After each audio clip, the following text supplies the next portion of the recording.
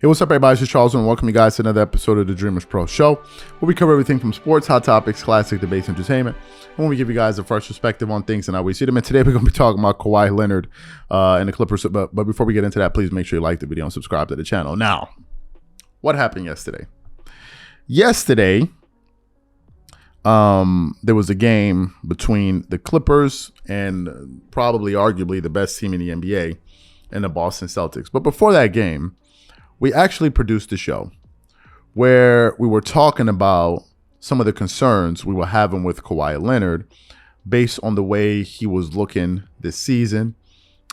He was barely shooting 40% from the field. He was shooting a very poor percentage from the three-point line. His free throw shooting percentage was around 85, which is good, but he just didn't quite seem like himself. He seemed very rusty. And shots that would normally go down for him weren't. Up until that point, he had only played 8 of the 28 available games due to load management and various things.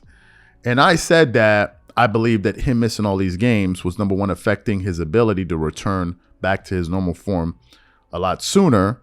And that I think that it was also hurting the chemistry of the team. Now, whenever he does play, usually the Clippers are very successful, even if he's not putting up big numbers. So those are some of my concerns. Then yesterday, the Clippers played arguably the best team in the NBA in the Boston Celtics. And to my total surprise, they absolutely beat them handily. They won the game 113-93. Now, some will say, well, the Boston Celtics were in a slump. And I can tell you the very same that the Clippers were also in a slump as well. Wasn't like as if the Clippers were playing very well. Boston was playing a little bit better than the Clippers. The Clippers had only won 5 out of their previous 10 games, whereas the Boston Celtics had won 7 out of the last 10 games. So the Celtics were playing slightly better, although they had lost a game going into that game last night. But then, when you started to watch the performance that Kawhi Leonard put up, it really surprised me, and I'm sure it surprised many people. Kawhi finished that game with a plus-minus of 23, positive 23. He went 10 of 12 from the field. He shot 83.3%, which is whatever. That's just unheard of. He went 2 of 3 from the three. He shot 66.7% from the three, although he only took 3. He shot 50% from the free throw line. Got you 9 rebounds, 6 assists, 1 steal, only 2 turnovers to finish the game with 25 points behind Paul George's 26 points.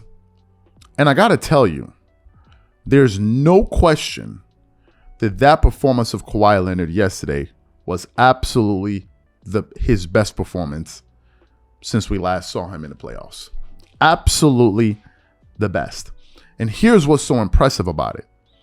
It wasn't that Kawhi had a good game. That wasn't just it. It was also about who he had a good game against. They were playing against a team that I believe, according to some reports, had the number 1 offense in NBA history. He was also going up against a very talented defensive team with defensive players like Jason Tatum, who was an excellent defensive player, two-way player, Jaylen Brown, who was also an excellent defensive player, and also the defensive player of the year in Marcus Smart. And if you watch some of the game highlights, you will see that Kawhi Leonard was scoring on all of these guys. I believe the last shot that he hit with that with the hesitation fadeaway shot that he hit, which was just absolutely beautiful. Some people actually, when I said, well, why do you say Kawhi reminds you of Kobe? Because plays like that. Like, that's why Kobe used to hit that shot. That's why I said he reminds me of him. And he hit that shot against Jaylen Brown, who's an excellent defender. And that performance absolutely surprised me. Absolutely. And shout out to Kawhi, man. Let me just throw this out there. Shout out to Kawhi Leonard for being one of the few players to still wear baggy jerseys. Well, not baggy, but a little bit baggy, man. Some of these cats, man, some of their jerseys be way too tight. Shout out to Kawhi, man, for at least giving himself some space to breathe. Jesus, good Lord. Anyway, I was absolutely impressed, and I didn't see that coming. And I'm sure there was some people saying, you see, You jumped the gun, man. You were a little bit worried too soon. No, I wasn't. Because if you look at his overall stats, because of yesterday's performance, bumped his numbers up. In the 9 games that he's played, he's scoring 13 points per game. His field goal shooting percentage, I said, was barely 40. Remember, it was like 39.8 yesterday. Now it's at 45. His 3-point shooting percentage now went up to 22. It was lower than it was yesterday. Free throw shooting now dropped below 85. Now it's at 77.8. His rebounds are now at 5.6, assists 3.8, and all of that. So you can see that performance that he had a big impact on his overall numbers. Kawhi was he was averaging about 11 points per game going into that game. And that's why I was concerned, because I'm like, okay, given the fact that he's not playing a lot of games, he had only played 8 out of the 28 games. I'm like, how is this guy supposed to be able to ramp up? And some people are like, well, I'm sure he's going to be ready by the playoffs. I understand that, but you still want to be able to start playing at a high level and get to that peak level. Now, here's what's also impressive about what Kawhi did, and maybe something that I personally didn't pay attention to, maybe something that contributed to his success last night. Kawhi Leonard for this season had a minute restriction on him of 25 minutes a game. That's all he was allowed to play. Going into that game yesterday on NBA.com, his average was 25. Yesterday, for the very first time, he played close to 30 minutes. He played 29 minutes, which bumped his overall playing to now 25.5. And maybe the fact that him playing a little bit longer and him increasing his conditioning also led to him maybe having more scoring opportunities, obviously, because he's playing more minutes. Maybe something we need to pay attention to is his minute restrictions. Are they going to start going up? Is he going to start playing 30 minutes a game, 32 minutes a game? I think last season he averaged 34 minutes a game.